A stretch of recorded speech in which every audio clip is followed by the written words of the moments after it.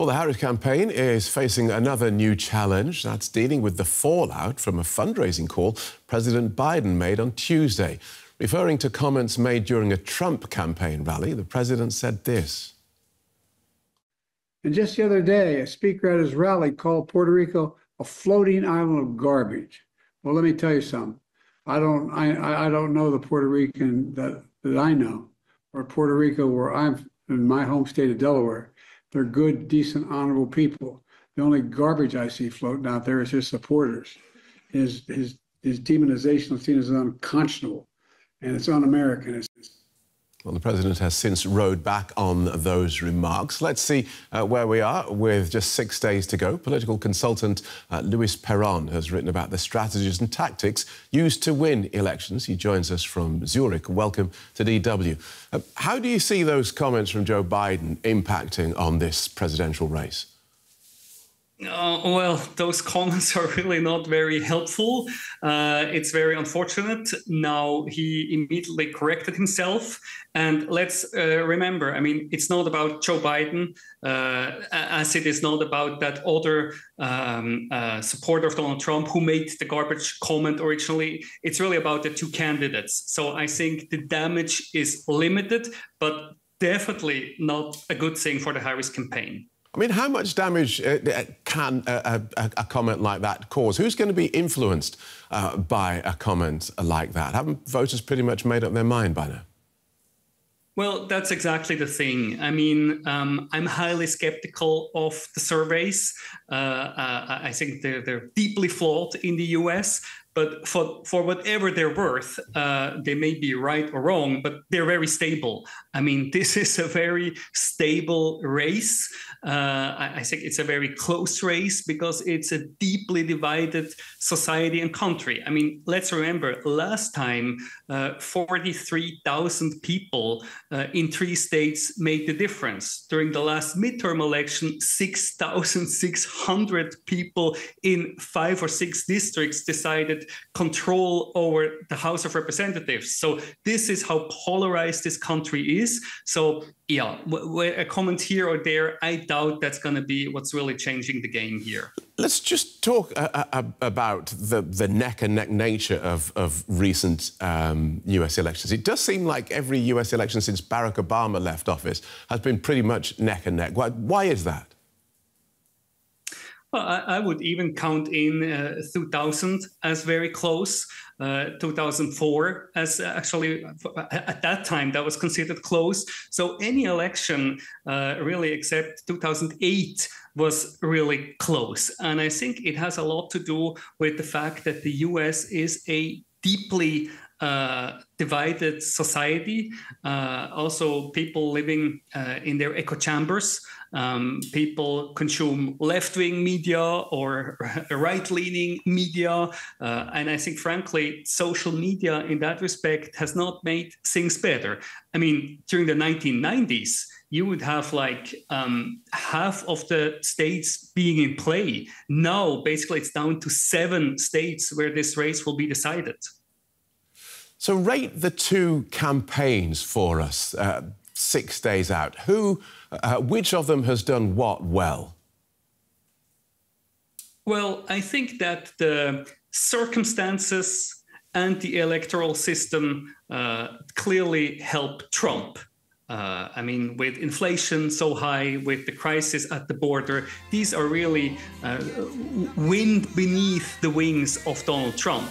Now, he's such an undisciplined messenger and such a flawed candidate that's why basically this race is close. Now, for Kamala Harris, it's the exact other way around. The inflation, the approval rating of the incumbent administration, which she is obviously part of, is headwind for her. It's a real challenge tearing her down, but actually she has done a lot of things right in this campaign, and that's why she's in the game, and that's why it's a close election. She has a very clear strategy. We saw it last night. The strategy is independent, Republican-leaning women with a message of democracy and abortion, and that's the strategy and the message that she's really pursuing. Now, how it will play out, we'll see. I mean, it is close now. Doesn't mean it necessarily has to be close on election night. And the vision. Talk to us about the vision thing that each of these candidates is trying to propose for the United States.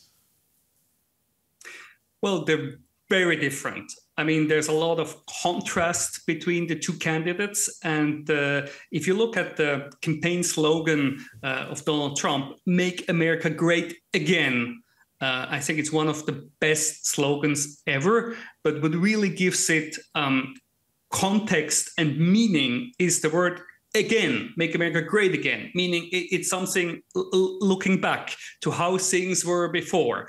Whereas Kamala Harris, in many ways, even though she is the incumbent party candidate, is pitching sort of a new chapter in American politics. How believable it is, that's the different question, because, as I said, she is the incumbent party candidate and, of course, gets a lot of blame for things that are not going well right now in the US. OK, much to think about there. We thank you for that. Political consultant Louis Perron. Thank you. Our reporter Amien Essif is part of our US election coverage team and has been following this very closely. We haven't had much time to find out who Kamala Harris is, but what is her pitch? Yeah, her candidacy basically started this summer, very late by American standards, and she's been struggling to find her own identity, to pitch herself as, this is what I represent, vote for me because of that. So it seems in this final, this wrap-up speech, it's not her final speech, but it's her last big rally of her campaign, she's settled on being the candidate who can keep Donald Trump from the White House. It's telling where she had this speech, too. She did it on the Ellipse, which is near the Capitol building. That's the same spot where Trump held his fateful January 6, 2021 speech, where he riled up his supporters and encouraged them to fight hard to overturn the results of the 2020 election, keep Joe Biden out of the White House. She called him a petty tyrant because of that. So her pitch to Americans is really keep the chaos out of the White House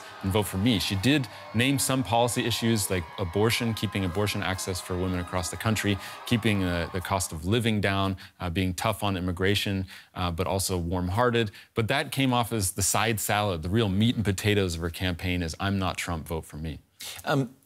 It sounds like an impossible task, though, trying to bring about this message of unity and at the same time calling Trump a tyrant. I mean, she's really stooping low there. Yeah, well, it is a contradiction, and a lot of conservative commentators have pointed this out, that while she's saying that she is the candidate to unite the country, her campaign is running campaign ads calling Trump a fascist, which is divisive language. A lot of her supporters would say that's true, but of course for Republicans that comes across as being just as divisive as Trump. So it's a difficult task, but I think she has managed to convince voters, at least, that there's less violent rhetoric in her campaign, and that she keeps saying over and over wants to be the president for all Americans and doesn't really single out particular groups across the country for for bashing them. But does she actually represent change? Because that's what people are looking for. That's right.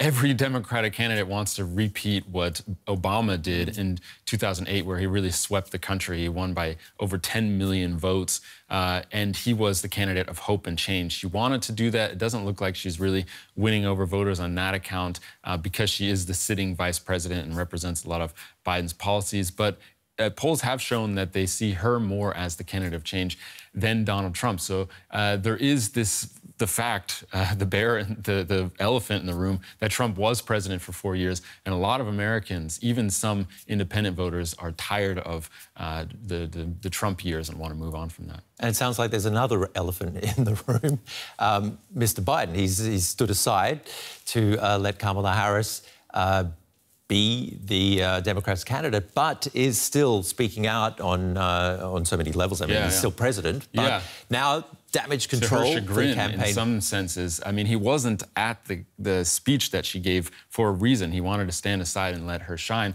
but he gave a speech basically at the same time about addressing Trump's own rhetoric. I have to give some background here because there were a few things that happened before the speech. So at a Trump rally, his closing arguments, a comedian warmed up the audience and called Puerto Rico, which is a U.S. territory, everybody who's born there is a U.S. citizen, he called it a floating island of garbage.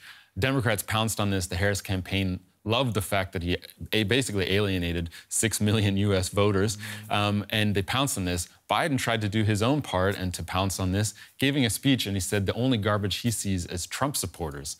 Now, which goes from criticizing Puerto Rico to criticizing half of America. It goes from a comedian criticizing Puerto Rico to the sitting president criticizing 50% of Americans, which is a total gaffe.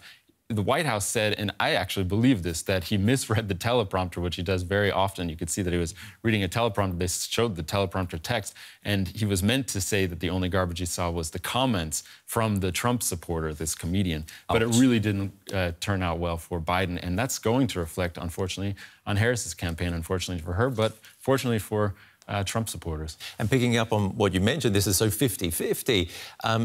Surely that just underlines the fact that America is so divided right now. Yeah, a lot of Trump supporters saw this and they said, okay, maybe he misread the teleprompter, but they think that Democrats really see them that way. The Democrats are the establishment and the Trump supporters are this big movement that are going to overthrow the establishment. That's where a lot of the division comes from the Trump perspective.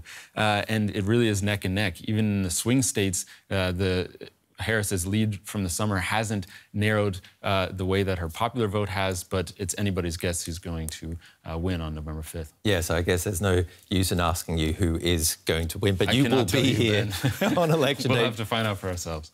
November 5th, we'll have full coverage for you. Thank you, Amien.